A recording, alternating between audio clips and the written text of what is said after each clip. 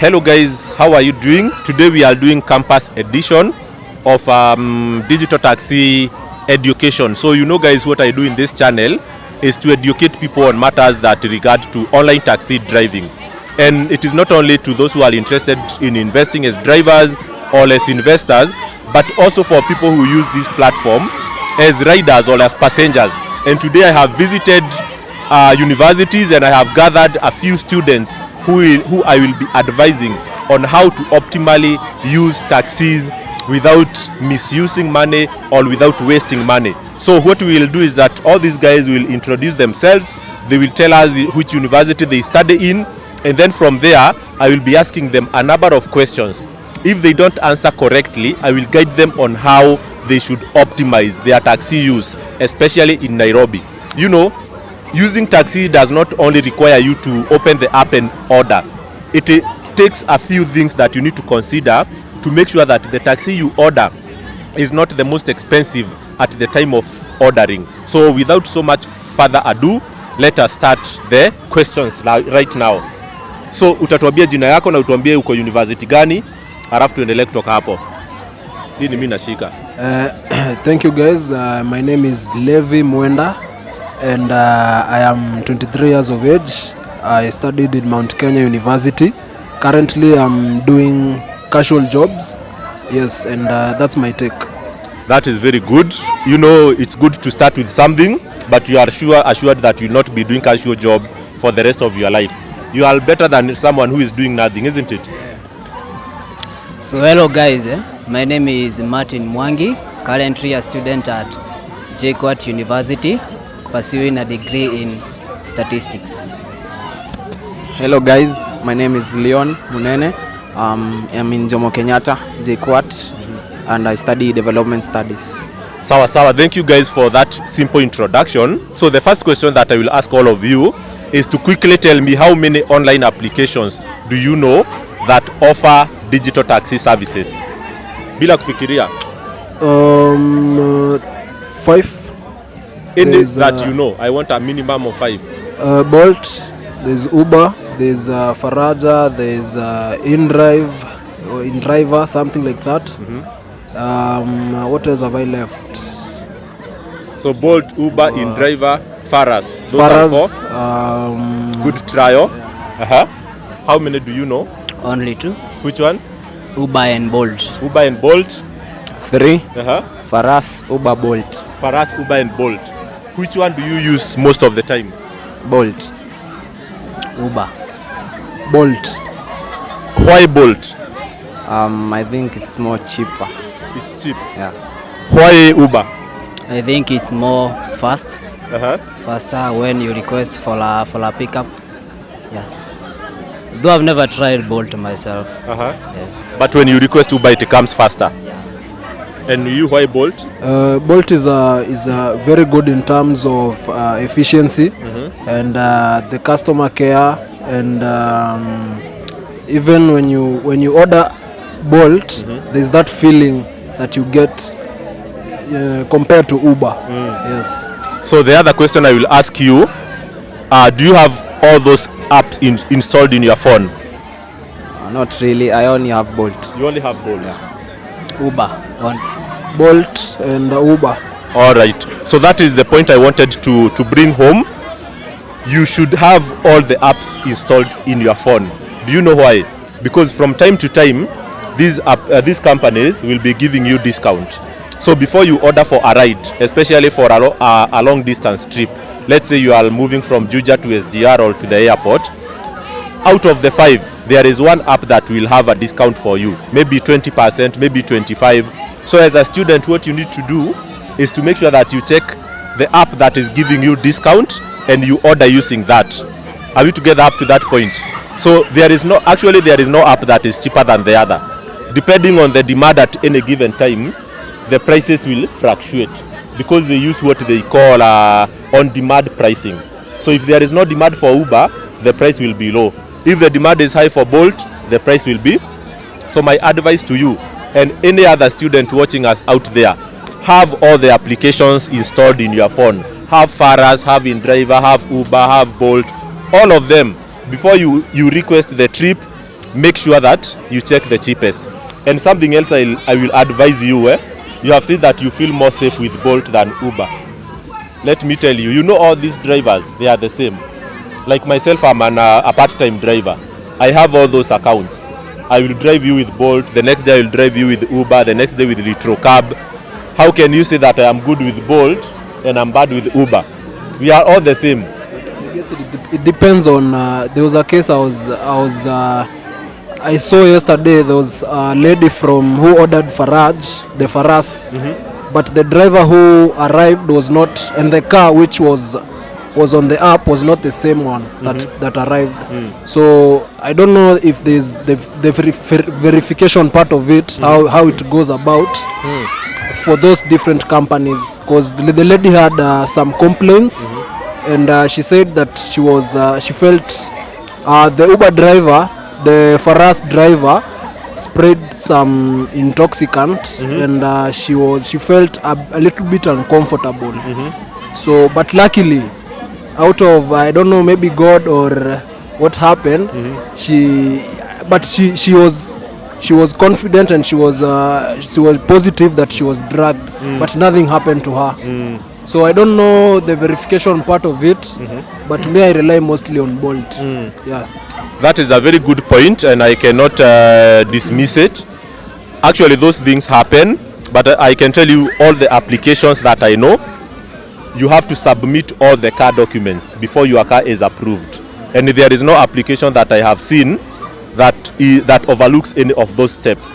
Whether it is Faras, whether it is Retrocab, whether it is Bolt or Uber. But now drivers, they have games that they play. For example, if my car today has mechanical breakdown, do you think I will stay at home because my car has broken down? What will I do? I will borrow a car from my friend, or I go to a car yard or a car hire, and hire a car for that particular day. For these small cars, car hires are given at maybe 1,500. So I will get the 1,500 and give to the car hire, and I continue doing my job as a taxi driver.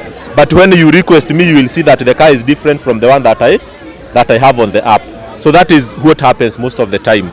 Other cases is whereby you will find that the driver ameitishwa gari na partner.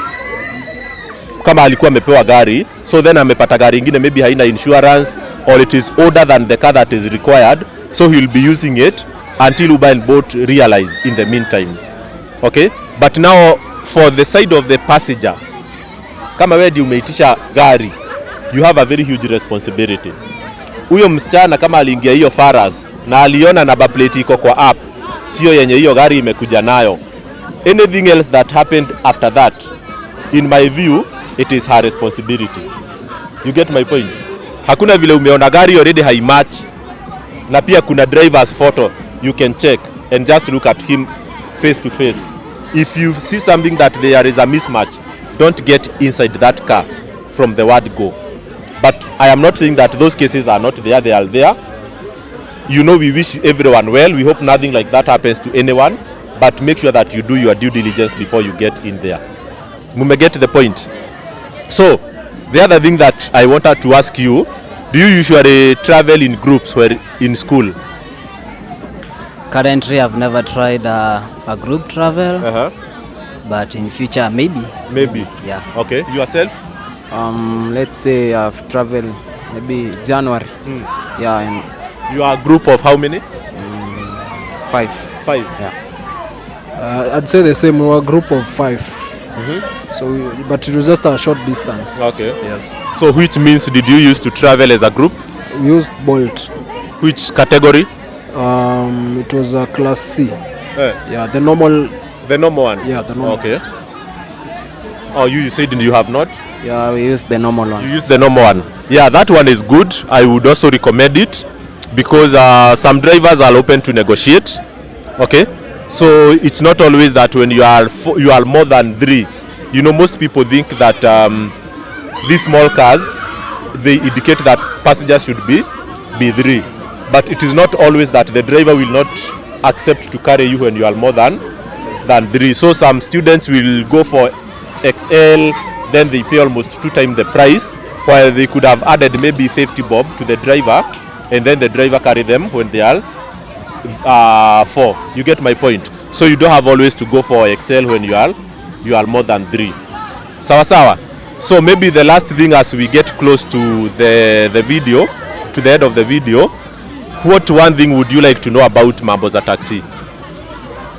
Najua nyinyi ni watoto, ni vijana wadogo.